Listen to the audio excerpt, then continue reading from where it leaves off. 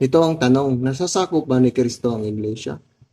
Yun ang tanong, kung nasasakop ni Kristo ang iglesia. Oo, nasasakop ni Kristo ang iglesia. Basahin po natin yung Efeso 5 verse 24. Basahin po natin. Hanapin pala muna. Efeso 5:24. 24. Ang tanong, nasasakop ba ni Kristo ang iglesia? Nasasakop ba ni Kristo ang iglesia? Oo. Ito ang nakasulat sa Efeso 5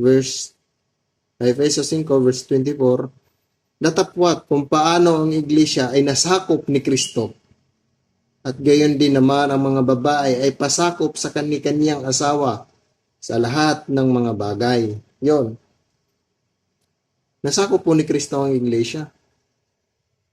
Yun po ang sagot doon sa Efeso 5 verse 24.